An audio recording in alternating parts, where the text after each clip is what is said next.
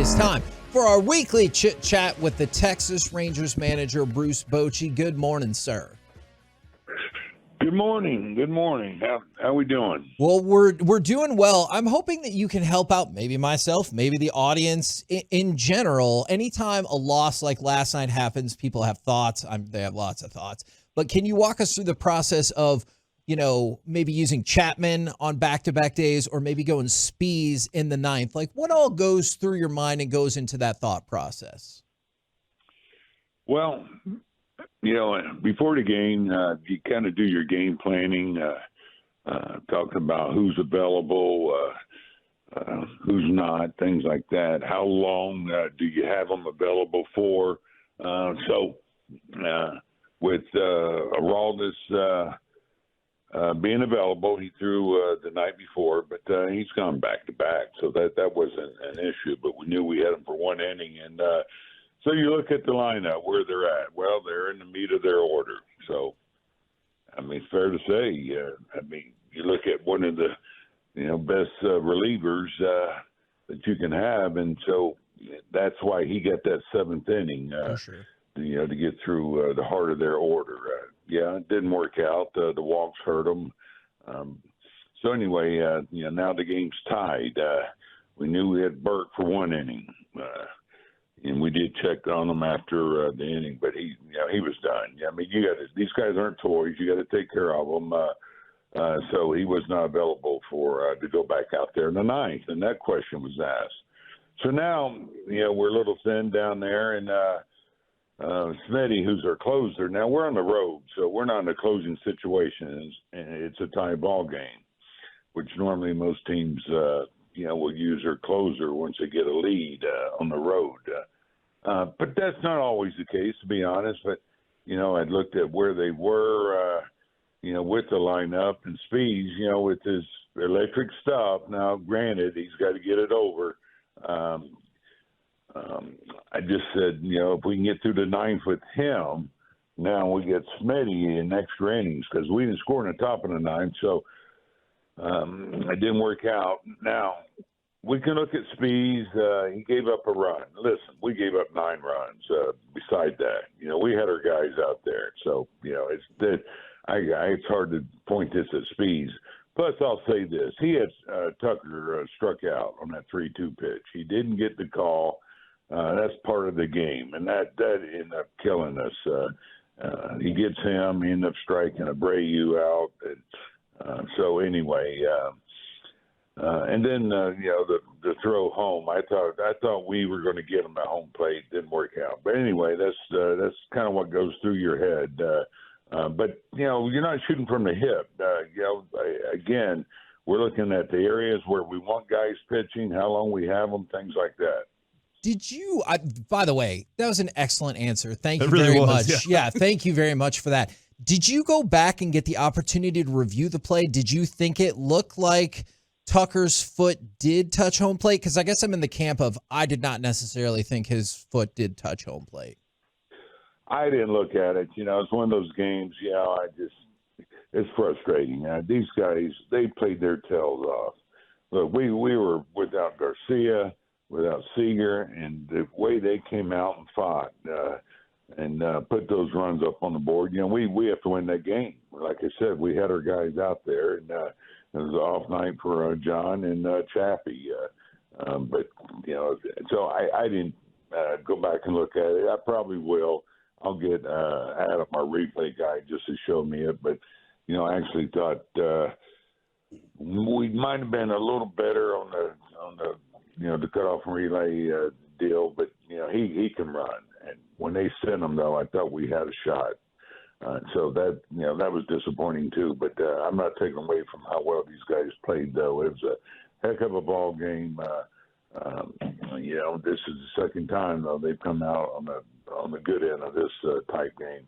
Well, and that's interesting, too, because that game starts, 2 runs from the Rangers, 4 runs from the Astros, 3 runs from the Rangers. And it's like, oh, man, this is going to be this kind of battle. Whenever something like the game starts that quickly and has, that many runs that fast, what's it like in the dugout while you're trying to keep everybody calm and say there's plenty of baseball left?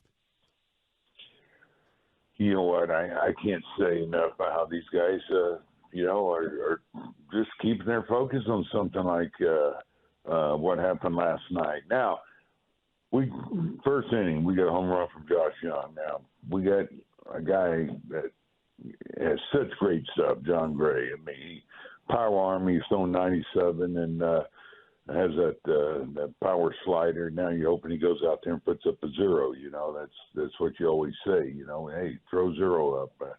But anyway, it didn't happen. They scored 4, but these guys kept coming back, and I think they know that they're capable of coming back. They've done it so many times now when they've been down a lot. Now we haven't won some of them, but they have that ability, and they keep fighting. That's what you got to do, and that's why I felt terrible for them that we didn't come away with the win. Now we get a 3-run lead, we put Chappie out there. Now, when you're talking about when to use Chappie, well, I don't know a better situation when you get a 3-run lead in the 7th and they got their guys coming up. So that's what I felt bad about. Hey, the guy had walked a couple of guys and made one pitch, but that's what walks will do. And both sides, they were guilty of the walks and the errors. It wasn't the most clean game by either team. They just happened to come away with the win. So, Boch, when I came up in 2001 with Cleveland, that was the time when Jacobs Field was selling out every game. And it was an environment where you could feel the extra energy. You could feel the extra adrenaline rush. And you guys here at home are getting great crowds, obviously sellouts every time against the Dodgers, even great crowds. The other games, you're getting 38,000 last night on the road. How do you feel like your guys are handling maybe that little bit of extra adrenaline rush that these crowds are giving your team? Yeah, first of all, it's a good point, and I think it's something that a lot of our guys are just drawing some invaluable experience from, because this is how we envision crowds being if we play the type of ball that we should be playing, and that's going on in the postseason hopefully, but just playing winning baseball, and part of this whole deal is learning how to perform under pressure, because there probably is some added pressure. But you should, as they said, embrace it. This is why you play the game, and I love the way our guys are handling it, particularly our position players. Now we have some young pitchers. I'll be honest. I think there's been times when, it's got to affect them a little bit. I'll use Speeds. His first outing, that stuff was electric, what Jobby did against Tampa, but I don't know if it affected him, but, he's not a guy with great command anyway, but I'm sure, they're feeling it, the butterflies and everything, but that gets better with time. And now you're getting that adrenaline going. Well, it's a beautiful drug when you learn to control it. It's going to have velocity. It's going to have bat speed. The key is learning how to control that and reel it in to where it works very well for you, and that's what the great players do. Talk with Bruce Bochy right here on 105.3 The Fan. Going back to Adolis, I'm curious how he's feeling after being off again yesterday. And when you see a player get hit by a pitch, do you immediately think, oh, crap, I hope they aren't hurt? Does it depend on where they get hit? Oh, that's my initial reaction, especially when it's in the hand area. There's so many bones in that hand, and I've seen so many times, you think they're okay, and they get x-rayed, and there's a little fracture in there. So, no doubt, when a player gets hit in that area, that's my biggest fear. And I dread that walk checking up on them. I just hope they're okay. So I think he could be going today. That's our hope. But we'll see if he can grip the bat, take some BP. Now he did try to take 3 swings yesterday, and he just couldn't do it. Boch, Jankowski, I know there was some kind of questions on him coming into the season, and he's kind of gotten this spot where it's like he looks like he fits exactly what you want from the guy. Whenever he's called upon, he's ready to get off the bench and go after it. And I'm just kind of curious, how is your National League experience, is that helpful whenever you're looking for guys like Jankowski and you're like, no, I need that guy because you spent so much time with extra substitutions in the National League? Is that something that like you brought over here as you came back into baseball? Yeah, you know what? I don't know if I brought that over here, but I love the guy. I saw him from the other side, back when he was with San Diego. You're talking about a perfect player, especially when when you manage in the National League, you have the pitcher hitting. I mean, double switch guy, bench run. With this DH, you don't quite do that as much, but still, to have a guy that can spot start, and then, of course, what's happened with him is he's having his best year ever, and now he's pretty much in the starting role. Now my biggest concern with him is don't overuse him, because we can't afford to lose this guy. Now he'll be in there tonight, he'll be off tomorrow with the left-hander going. That'll give him 2 days off. He's 32, but with the guys that use their legs a lot, I do get worried about the hamstring stuff that goes on with speed guys. So, but he is a manager's dream, to your point. If you had to put him in there pinch hit, or just put him in the bunt, or pinch run, steal a base, I don't think we have a better defender in the outfield. He's just so valuable in this ball club. Can you possibly give us any insight into who might start pitching tonight, or if it'll be kind of the opener situation, what y'all may be thinking? Yeah, I'll tell you, I don't know if it's out there yet, but, we'll break it with you guys. Right now our plans are open with Rodriguez. Go ahead and open with him, and, we got some bulk guys here now. So anyway, between Bradford, Owen White, we may have a roster move today too. So I can't say anything about that till I talk to CY about it. But so that's the plan right now.